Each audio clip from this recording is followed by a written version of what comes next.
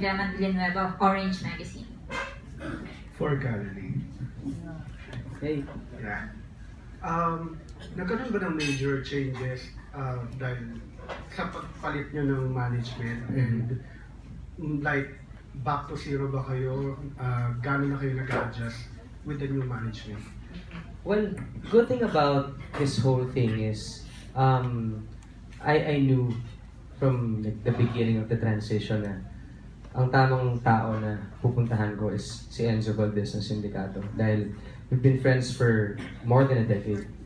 Isa sa mga nakatrabaho namin when we were just starting out. Music video, doon kami nagkakilala eh. Na ako'y bago. And parang simula doon, naging magkaibigan na kami. So, after namin mag-decide to like, you know, go on to a new path.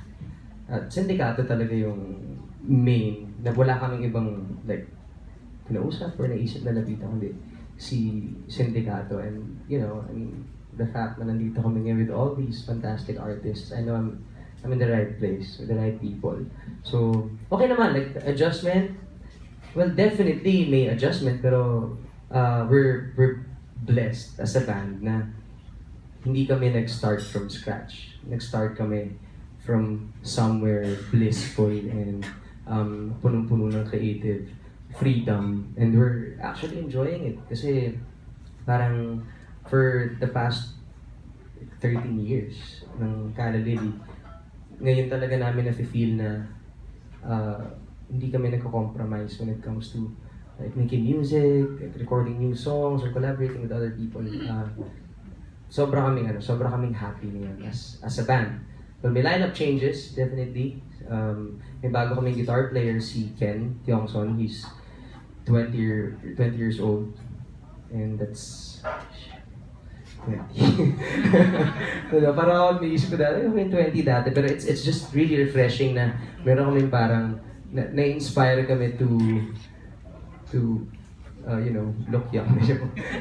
Na-inspire kami to, parang nakikita kami na parang may fountain of youth ngayon.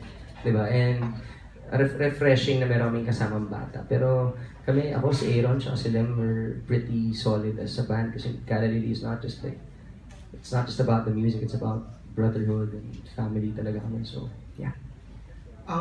Aside sa Kala Lily as a band, are you being handled as solo and you have movies and TV projects also?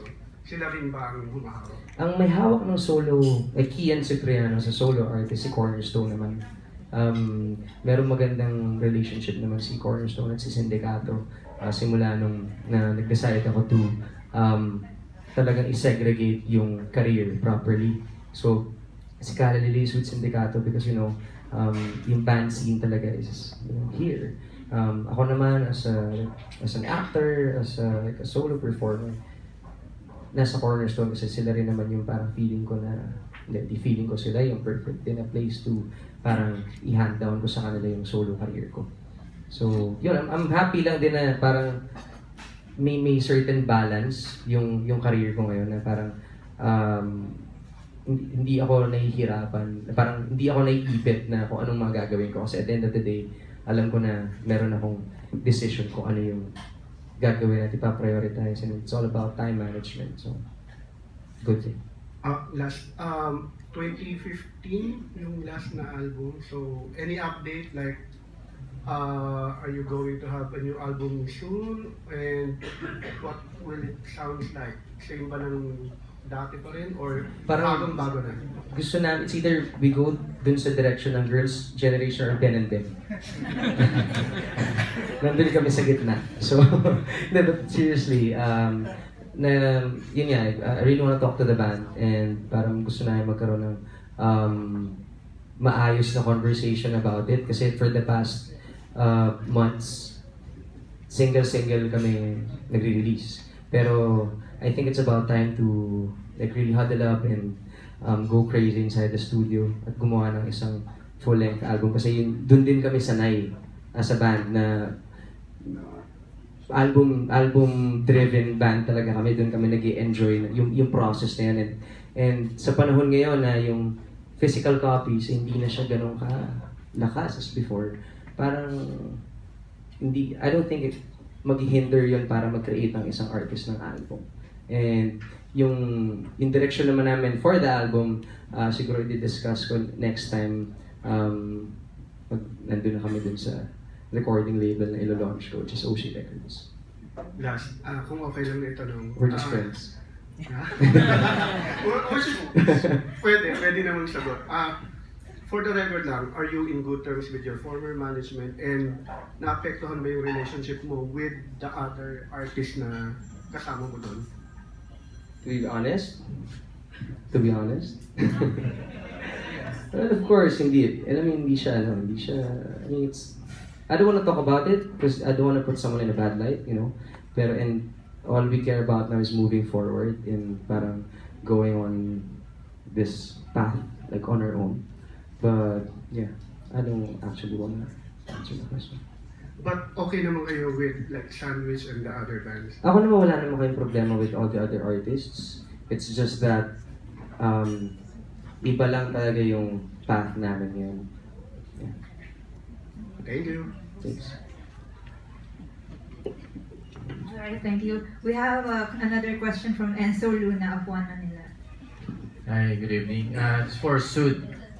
Hi, I saw you perform once Hi, sir. Manila Bulletins and Be Live. Yes, sir. Yes, where you mentioned you've written and you wrote sila parang years before it became a hit. So what's your biggest challenge after sila in terms of songwriting and releasing a new single? Biggest challenge I think for the band is just to write more songs. Kasi hindi kami mabilis magsulat hindi kami mabilis mag-record. I think we need time to record para lang din maayos yung pagkaka-record, yung songs, yung pagkaka-produce. Pero I think in regards to songwriting, me and Jimbo naman, lalo na si Jimbo, isang magaling na songwriter. So, wala namang pressure din na kailangan namin mag-follow up ng something bigger than sila. Kasi hindi naman namin siya iniisip na, okay, kailangan natin magsulat ng hit song. Or okay, dapat ito mag-top sa ganitong charts or something. Basta we write something na parang sincere, very sincere sa amin, and very heartfelt. And kung ano yung nararamdaman namin, yun naman yung nilalabas namin sa songs. And nagkataon lang dun sa sila, naramdaman din ng mga tao kung anong nararamdaman namin nung sinusulat yung songs. And I think for our next few singles, yun yung mararamdaman din ng mga tao kasi may mga nangyari na very very naging emotional. Kaya yung mga next few songs namin very emotional.